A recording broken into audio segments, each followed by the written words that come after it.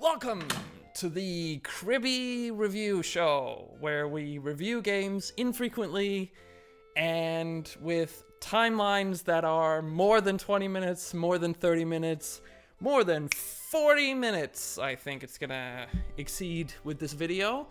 And now the video is finally coming out. So if you like this video, please like, share, and subscribe. And have a good one. Enjoy, as they say in the other countries of the world.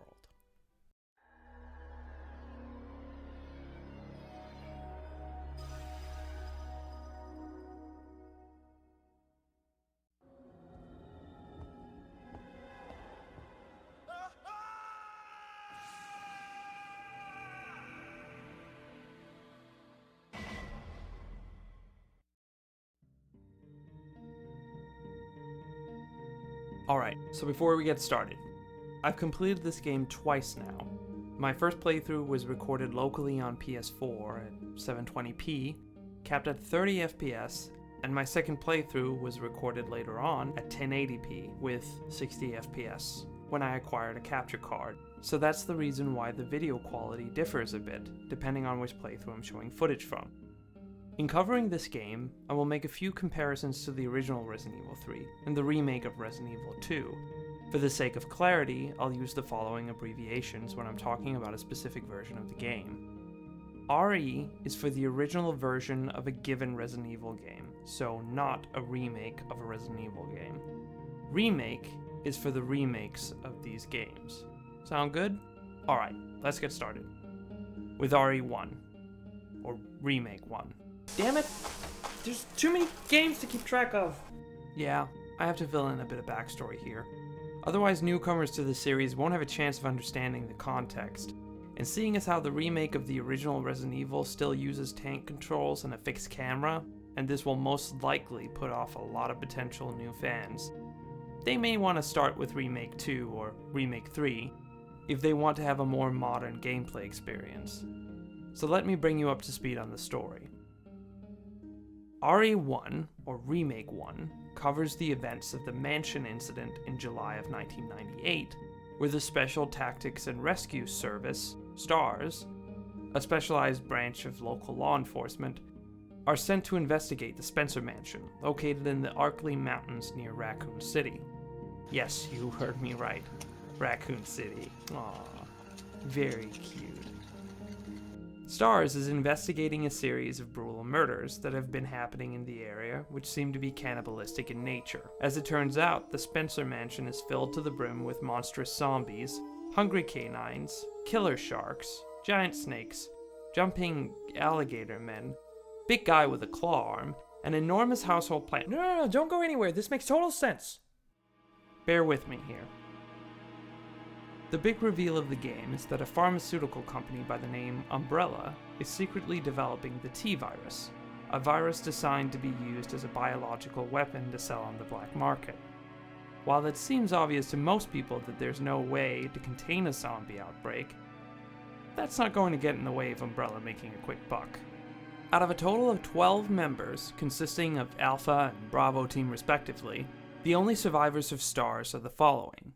Local neighborhood dad and part-time amateur Kenny Rogers impersonator Barry Burton. Unwitting victim of child endangerment and definitely in breach of labor laws, but seriously don't think too hard about it, Rebecca Chambers. You did a really good job. Everyone's favorite boulder punching boy Chris Redfield. And finally, the master of unlocking herself, Jill Valentine, who somehow starts off every game having misplaced her lockpick. Oh, and Wesker's also featured in the intro, being the 90s looking guy of the bunch. Check out the music from this cast intro. This tune is bitchin'.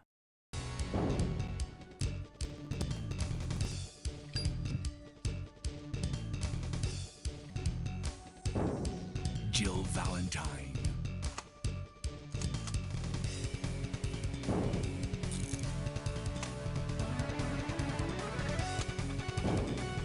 Rebecca Chambers. Albert Wesker.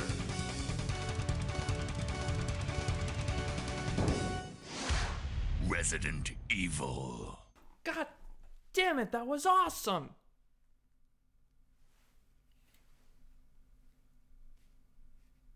This is made of gum.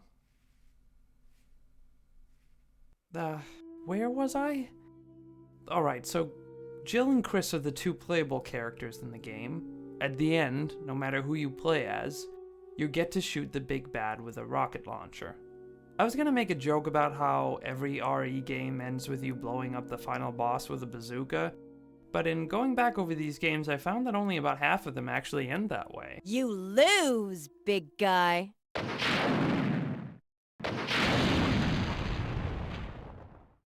In fact, what these games more frequently seem to have in common is that you end up fleeing a self-destructing facility on what usually turns out to be a pretty generous timer. So, yeah, there's a trope for you. Remake 3 picks up just a few months after the mansion incident, and occurring nearly simultaneously with Remake 2, this game follows Jill Valentine. The very first thing the game starts off with is a cinematic that shows live-action footage mixed with bits of CGI. It's a very short intro that establishes that Raccoon City is falling apart, and that Umbrella is creating some kind of monster.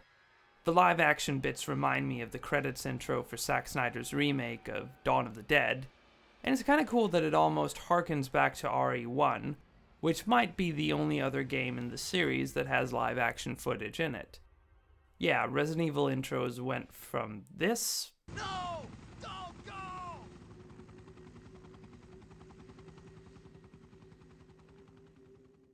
to this. There!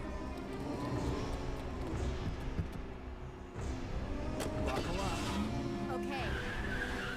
In the span of 2 years. It does feel a bit out of place with the rest of the game, and I think I would have honestly preferred if the game just started off with Jill waking up, so the player would be similarly surprised to see the devastation that takes place in Raccoon City. But I can see how this intro is mostly there so you can get a quick sense of what's going on, even if you've never played any of the past entries in the series.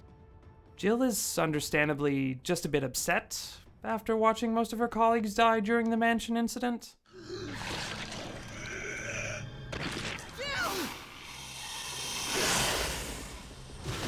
Richard! Umbrella set us up. Jesus, this was one long dark night to live through. After surviving and returning to Raccoon City, she's haunted by paranoid nightmares of possibly being infected with the T-virus, and considering how many bites most players would rack up in a given run of RE1, she has every reason to be worried. Her bedside table is covered with sleeping pills, and the nightmare gets worse every night. As if her current paranoia isn't bad enough, she's also under surveillance by Umbrella since she's been reporting about their wrongdoings to the chief of police. She ends up getting suspended from work, and with no one to count on but herself, she's preparing to skip town and leak information about the incident to the press. Jeez, put that pizza in the refrigerator, Jill. It's probably been on the table for hours at this point. What is this? No carrots, tomatoes, or romaine salad? Not even a... Jill sandwich. Okay, I'm calling it, Jill. You need to lay off the carbohydrates. I describe a green diet going forward. That's right, Jill. Starting now, you're not touching anything but, green and red herbs? Yeah. Come to think of it, all those herbs from RE1 Jill had to consume might be why she dropped the greens from her diet entirely. After all that, I doubt she could ever look at a plant the same way again. All goofing aside, I like this opening a lot. The first-person perspective is very atmospheric and makes use of little bits of environmental storytelling. Being able to walk around Jill's apartment and uncover some bits of the story at your own pace is quite engaging, and the first-person perspective helps you empathize with her when you're seeing her nightmares from inside her own head. It makes her a little more relatable if you're in any way familiar with the story up to this point. It's just too bad that this sequence lasts all of 5 minutes and is followed by this. You gotta get out of there right now! All right, let me grab mine.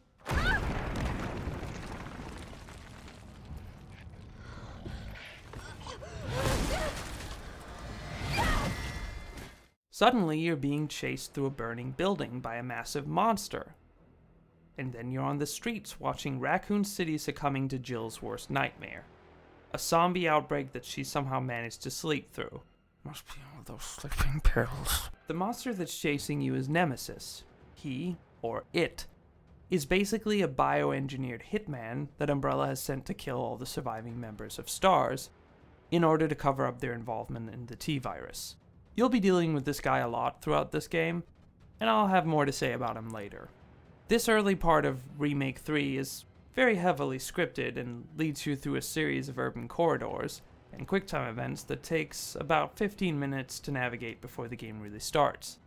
It doesn't really manage to reflect the pacing of the rest of the game, but it does do a decent job of teaching you a few basic mechanics while establishing the setting.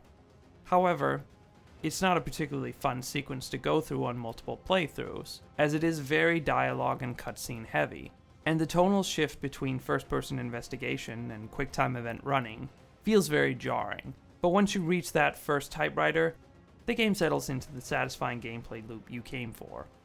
This is also where you meet the other central character in the game, Carlos, who's even playable in a few sequences later on. Gameplay. Having escaped Nemesis for the first time, you're now in a part of Raccoon City where you have a bit more room to maneuver.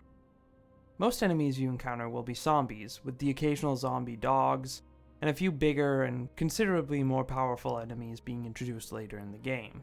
You might not think that's enough variety, but you'd be wrong. The zombies are absolutely terrifying and their design harkens back to cutscenes from the original PS1 games. They shuffle around like something out of your worst nightmares, covered head to toe in photorealistic gore. Their movements are erratic, making them hard to put down, and their ability to absorb large amounts of damage before they fall means you won't feel all that confident when fighting them. Downing them is also far from a guarantee that you've actually killed them, even if you've been consistently going for headshots. A shot to the forehead does, however, have a chance of becoming a critical hit, meaning an instant kill where a zombie's head comes clean off. This happens rarely, but when it does, it's gruesomely satisfying to watch. Similarly, critical hits can happen when targeting other limbs. There are a few problems with the zombies' AI though. They're rarely capable of following the player from room to room, so it's very easy to cheese them just by standing in a doorway and taking them out and disabling them one by one. And this is almost necessary in some places. Just look at this footage. If I choose to walk into this room, I will most likely get overwhelmed by these zombies before I have a chance to take them out. But if I stand right here and pick my shots, there's no real risk, so why wouldn't I? Compare this to the original games, where every room had its own loading screen and you couldn't shoot enemies by camping in the doorway. And you can see how the perspective change demands a more intelligent AI. Remake 2 often has enemies following you from room to room, so you don't have the same option to cheese them as you do here. So it's very bizarre that this is so rarely featured in Remake 3, when it's running on the same engine and came out a year later. If an enemy manages to kill you, the death animation can be quite gory. At standard difficulty, I didn't die very frequently though. In fact, I think I only died a couple of times on each playthrough, and that was usually in a boss fight or a QuickTime event. So a lot of players might not see most of these death animations on their playthrough.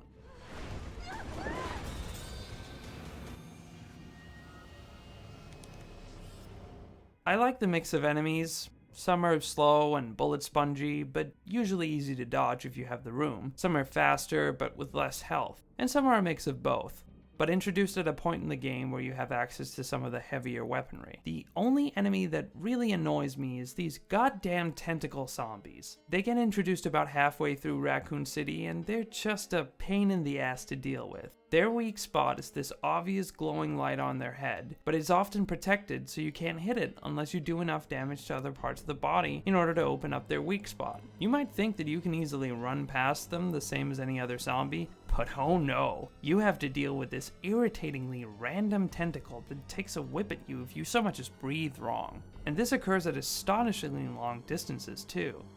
It's like Umbrella accidentally created some furious zombified Indiana Jones by accident or something. No wonder they lost control. So to new players, I advise saving your ammunition specifically for these jerks and then throwing everything you have at them. Because no one should have to put up with this crap. Oh yeah, guns!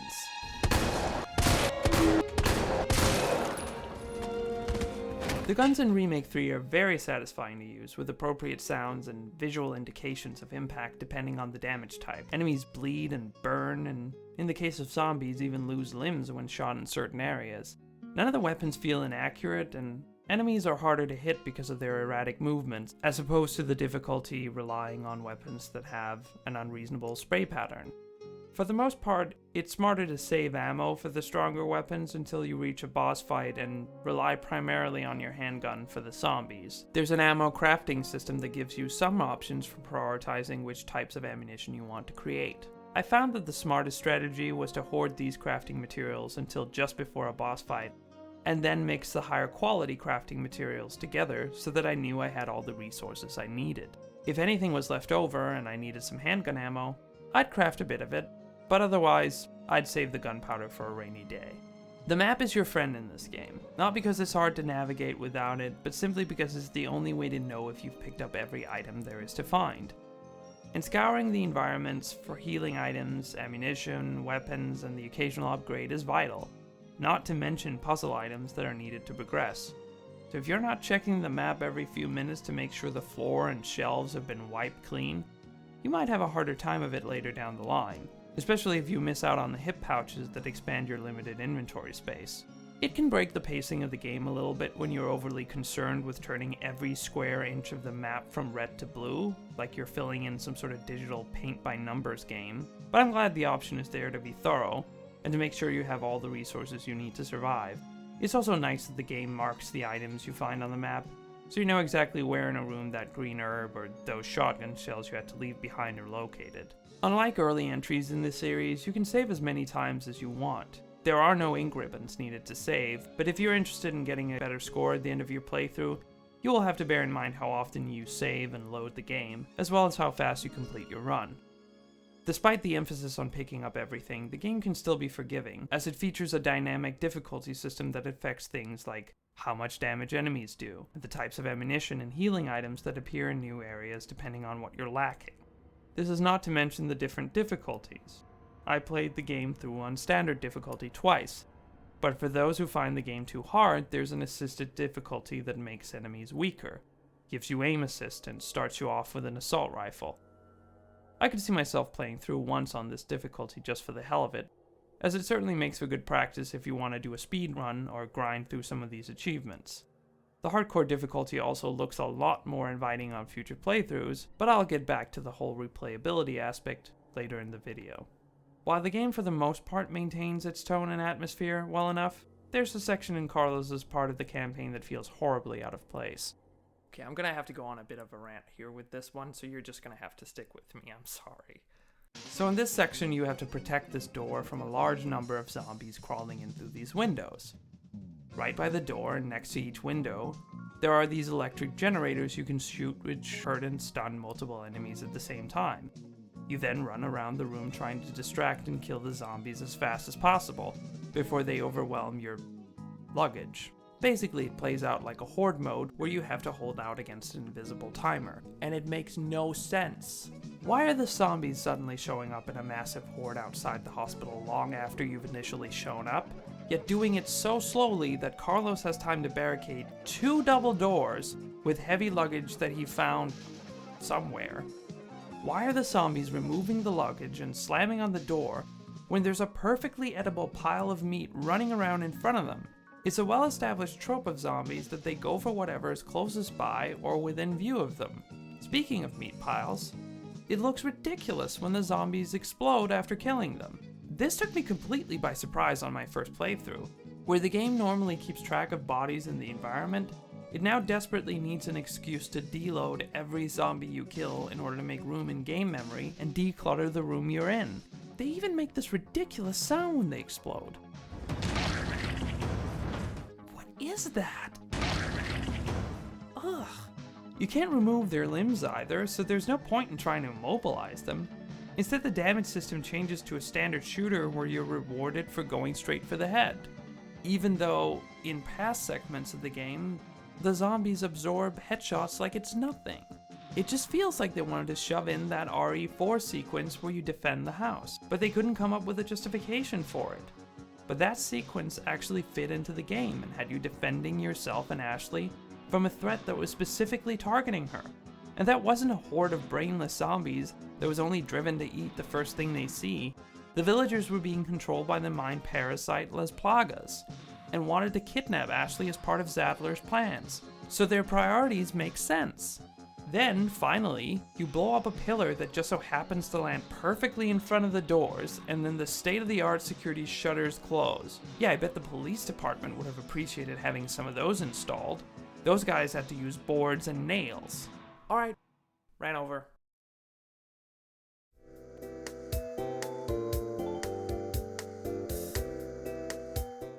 So the main cast has largely been improved upon. Jill's a little more sassy throughout the game than in RE3, which seems strange given how seemingly vulnerable the start of Remake 3 makes her seem. Contrast this to RE3, where Jill doesn't crack any jokes and often highlights her amazement at still being alive.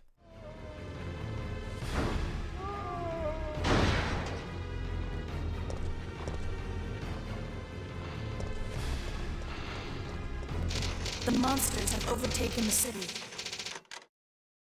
Somehow, I'm still alive.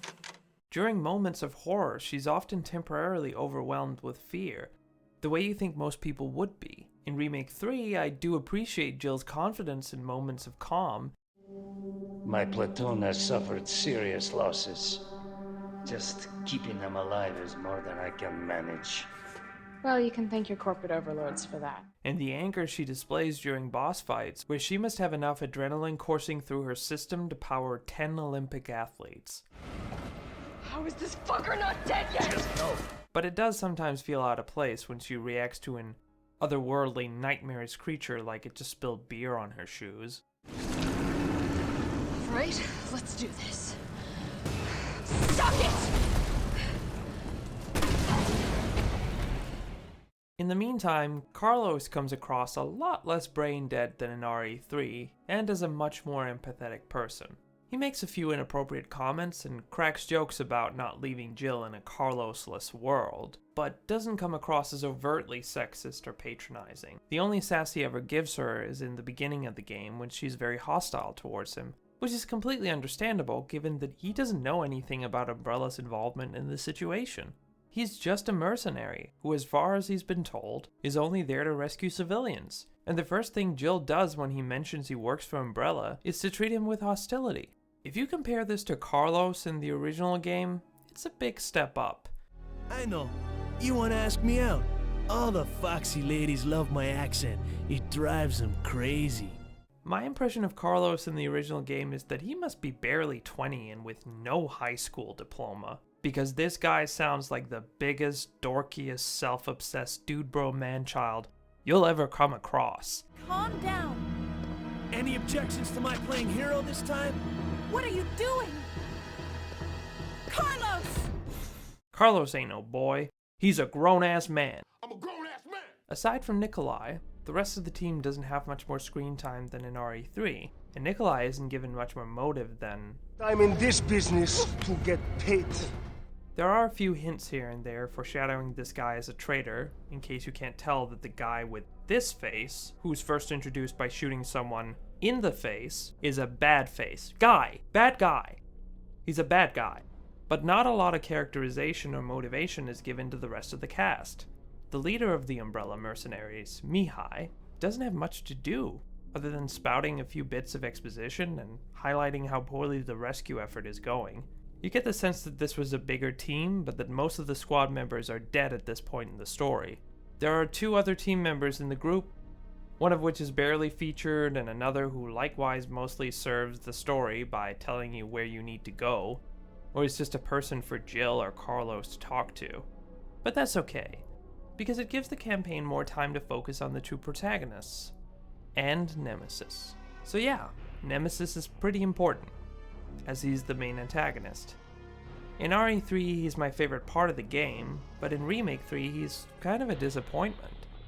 To start off with, the opening is not a very good introduction to Nemesis. He's shown already in the cutscene and featured in a QuickTime event 5 minutes into the game, compared to the introduction of Mr. X in Remake 2, who shows up suddenly about an hour into the game and sends you fleeing in panic. He then chases you throughout the mansion, forcing you to complete your objectives quickly and constantly keeping you on your toes. You barely have time to question what the hell he is or where he came from, as you're hastily scanning the map to find some way to maneuver around him. In Remake 3, several of the interactions you have with Nemesis are faux QuickTime events that feel more like they're aping something from Uncharted. And coming hot off the heels of a low-key first-person sequence in the style of Resident Evil 7, the tonal difference feels quite jarring to say the least. Nemesis in RE3 chases the player more often and shows up out of nowhere in situations where the scripting is far less obvious.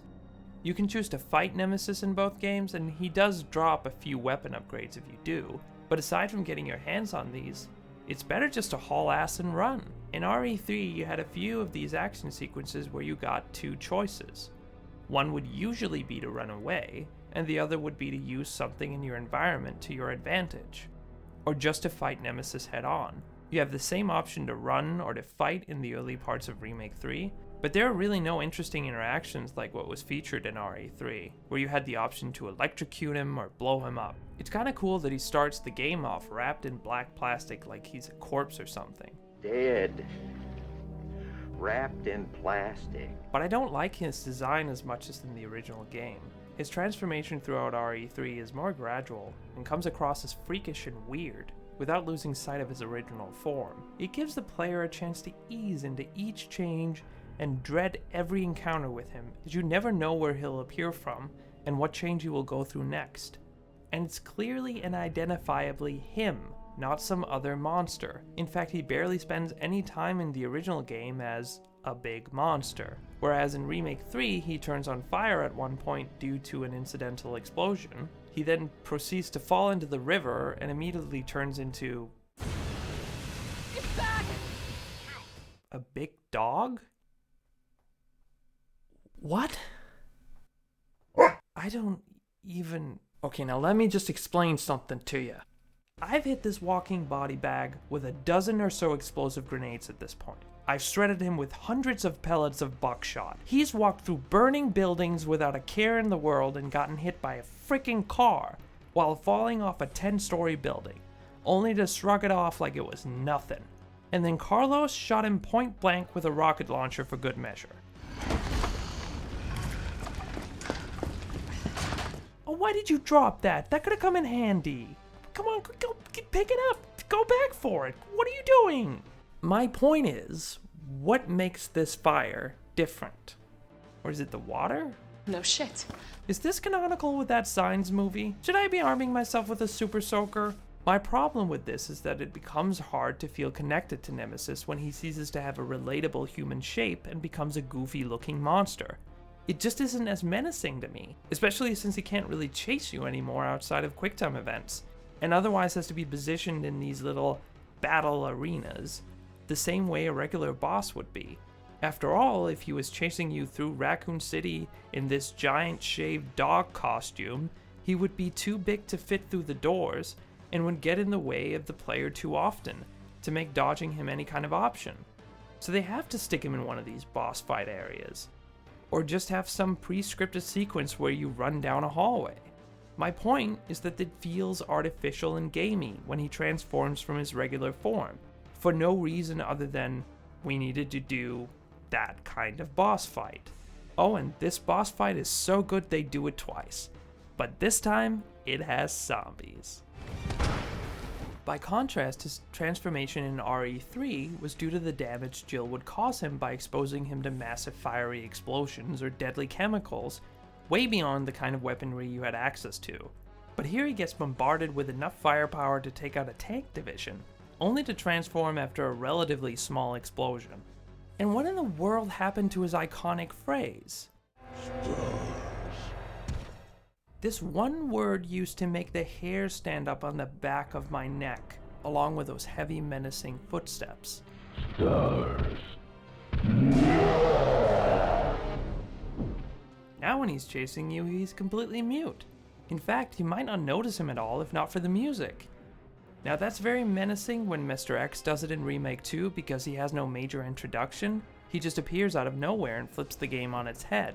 But Nemesis in Remake 3 is introduced like a big villain with lots of fanfare, even going so far as to have the intro more or less dedicated to him. Right off the bat, you know who this guy is. But after the early parts in Raccoon City, he ends up feeling more like a monster that you happen to encounter here and there, and who occasionally forces you into these cutscenes where you're either not playing the game, or just running towards or away from the camera. It doesn't really feel like there's a whole lot at stake here, when the interaction is that limited.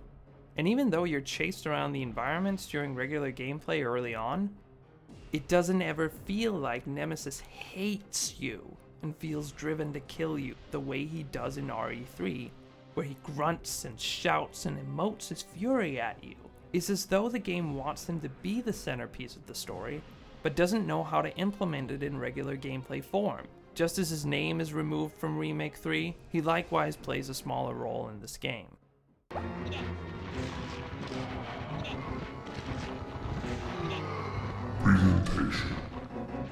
Aside from the two playable characters and Nemesis, the locations are a big feature of the game, and these environments are really atmospheric and scary.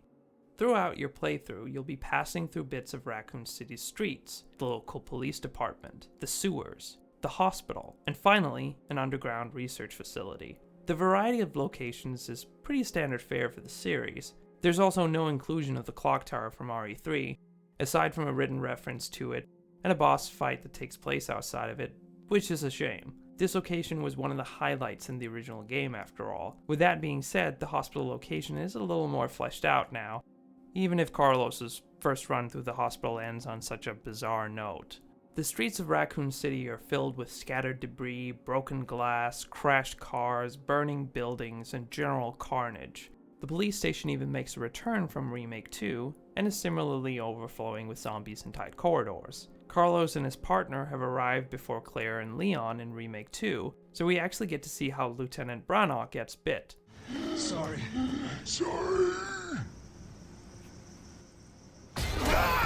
Ouch. Poor Vickers too. Guy just can't catch a break. Then there's the sewers, which are, well, sewersy. Later levels sees you going through more clinical areas with a heavier emphasis on combat and a steadier roster of powerful enemies, as is par for the course in this series. You start off feeling fairly weak, but end up engaging more in power fantasy with bigger weapons and meaner enemies that oftentimes make more sense to fight than to avoid. The pacing is a bit weird though. It doesn't feel like you spend nearly enough time in the streets of Raccoon City before you leave on the train, and the omission of the clock tower means that the game feels a bit more truncated than the original. I would have loved to at least have the early part of Raccoon City expanded a bit more, so it doesn't feel like you're moving through it at such a fast pace. It's also unfortunate that there aren't as many of the silly puzzles that the series is known for. I know it's hard to make it fit with the modern aesthetic and somber tone, but the fact that these normal-looking environments in the original RE games had such obscure puzzles helped make them more frightening in some way. Just imagining police officers having to move statues back and forth in order to get access to a key or whatever was hilarious, yet made me feel like an outsider who wasn't welcome in this foreign architecture.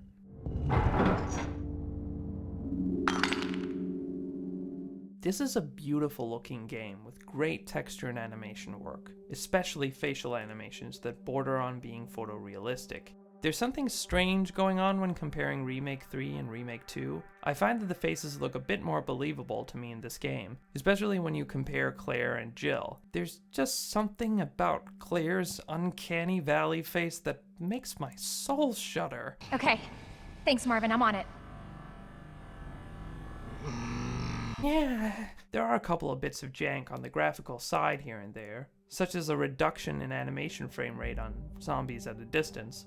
I've played the game exclusively on my PS4 Slim, and the frame rate sometimes gets a bit choppy during cutscenes. But for the most part, I was so absorbed in the atmosphere and environments that very few things ever stood out to me. A few Easter eggs can be found here and there, and the art department clearly had fun drawing up imitation posters of popular movies from the 80s and 90s that are worth an extra look in the early parts of the game. Highway to the danger zone.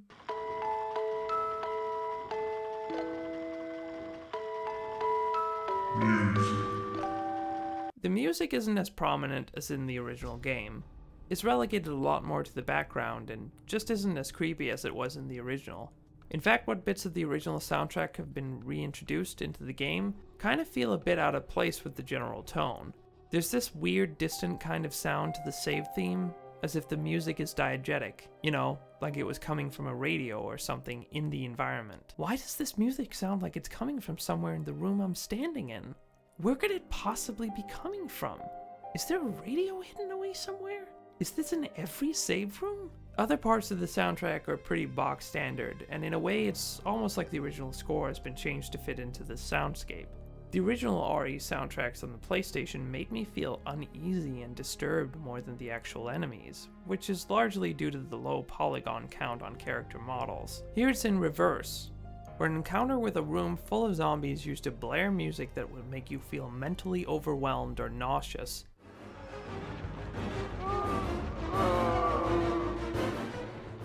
The music is not that noticeable now, but the animations are so superb and the models are so detailed and gruesome that it's easier to feel overwhelmed with a single zombie is shuffling towards you than it was in RE3, which had to rely on the fixed camera perspective.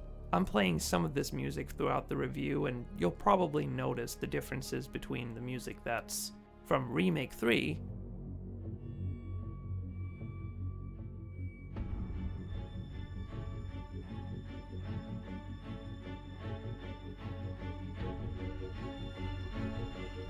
and the music that's from one of the earlier Resident Evil games.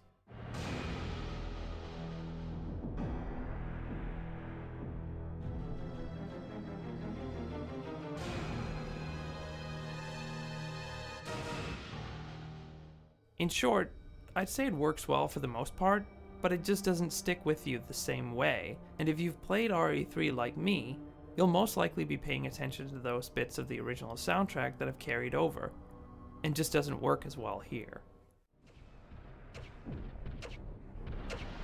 Replayability.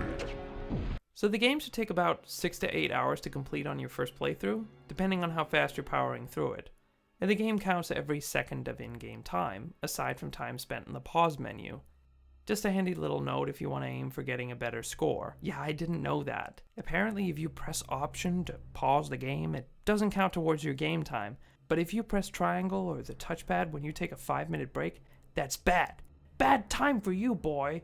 After completing your first playthrough, you get access to a list of achievements that net you points you can spend in the menu store on items, weapons, and costumes. And this adds a lot to the replayability factor of the game. This is a little different from Remake 2's A and B runs, which basically had players incentivized to complete the game 4 times in order to see every possible variation of the story. Now that was really cool, but in my opinion the advantage of this system of purchasing upgrades is that it spices the gameplay up by giving you a chance to make your next run feel a lot different by starting you off with various weapons or boosters. The classic A and S rankings make a return from previous games, and this time around they're tied to each their own achievement, meaning you only get a bunch of points and some concept art for completing them. They're not mandatory in order to get your hands on specific unlocks. The advantage of tying unlockables to this system is that if you want to try out new items from the shop menu, you're not forced to play through the game in a specific way to get a higher ranking. Simply put, you can unlock almost anything in any order you want just by playing the game long enough, regardless of your determination or skill level, without having to play perfectly. This is in stark contrast to earlier Resident Evil games where you had to complete the game with limited saves and within a certain time frame to unlock specific weapons or costumes. Unlocks in Remake 3 are just much more accessible to players who don't have the time or interest in speedrunning the game, while making alternative speedruns much more fun for casual players. Since you can purchase power-ups from the in-game store with points at any time after your first playthrough, it gives you a lot of freedom to play around with the mechanics and make future playthroughs feel more fresh with a higher emphasis on action, without impacting that authentic feel of your first playthrough. And I feel like this is epitomized in my 2 runs of the game. The first time around felt very tense. I didn't know when and where enemies would come from, or how to read their animations well enough to fight or dodge them reliably, or if it was even all that practical to kill them. For that reason, I opted to avoid them as much as possible, or shoot their legs out from under them. This strategy of avoiding enemies is in keeping with the spirit of most Resident Evil games, and works especially well in Remake 2 as it helps you save ammunition that is desperately needed for boss fights. I also spent considerably longer navigating the environments and planning everything out, always assuming the worst possible outcome if I were to try and fight enemies. Outcomes like a grisly death, or running out of ammunition or healing items at some point in a boss fight, followed by a grisly death. But when I was replaying the game, I took a closer look at the challenges section that I had unlocked after my first playthrough, and started focusing on completing achievements to gain points and unlock new items. First thing I did before starting my second playthrough was to spend my points from the first playthrough on acquiring the hot dogger. Yeah. Hot dogger. Yeah. This thing was just too irresistible on account of how ridiculous it looked.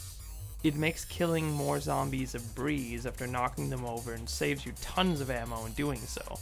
Then I noticed there were achievements for killing a certain number of enemies with each weapon, and these achievements were for seemingly every weapon except the knife.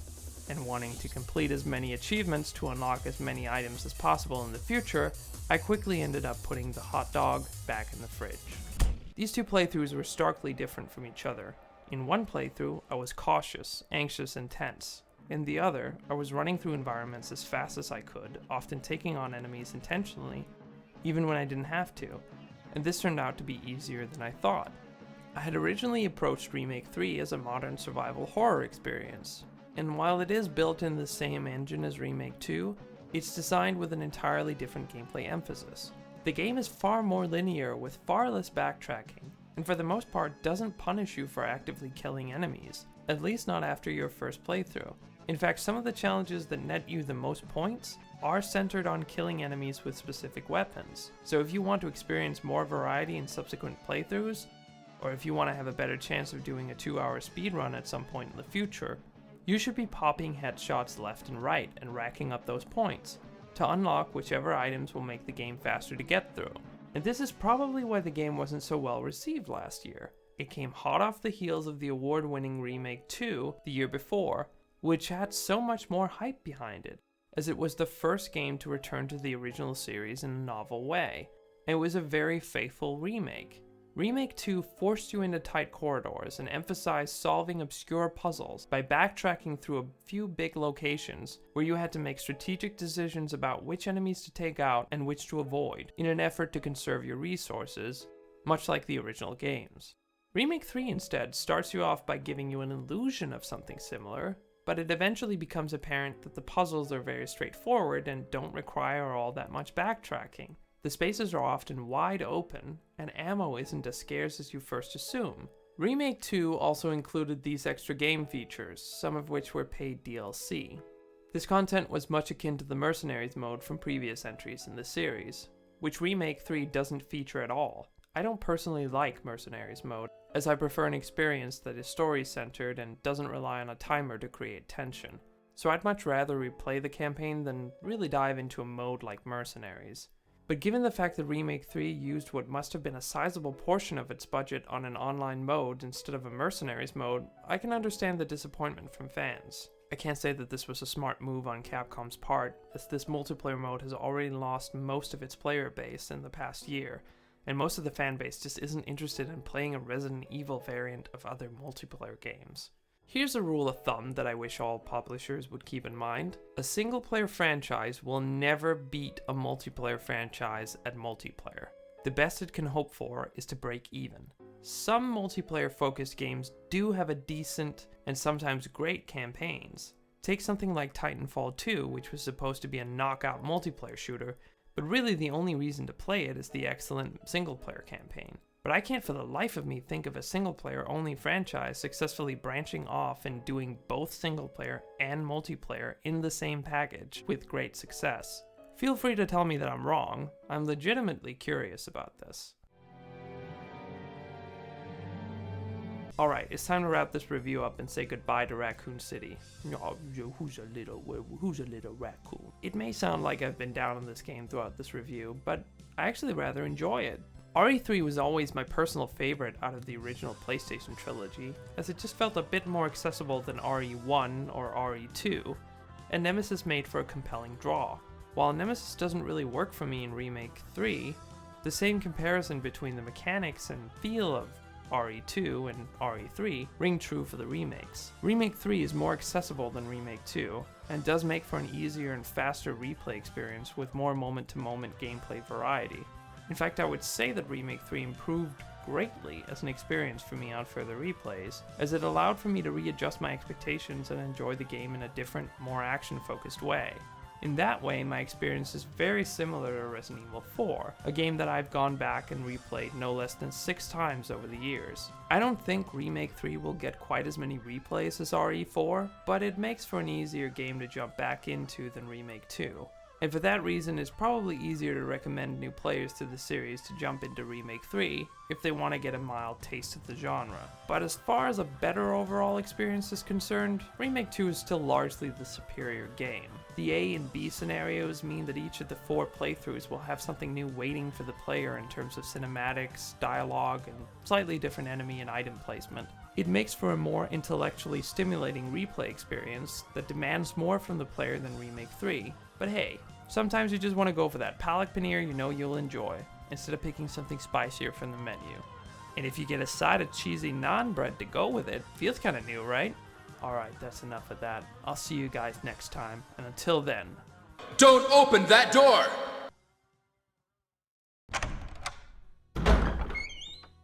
Wasn't that fun? We all learned something, we had a good time, I talked, there was some music. Thanks a lot for watching the video. It really matters to me personally that you do and that you like it. Feel free to like, share, subscribe, comment about what you liked, what you didn't. I don't know what I'm saying in these outros or intros, by the way. So goodbye.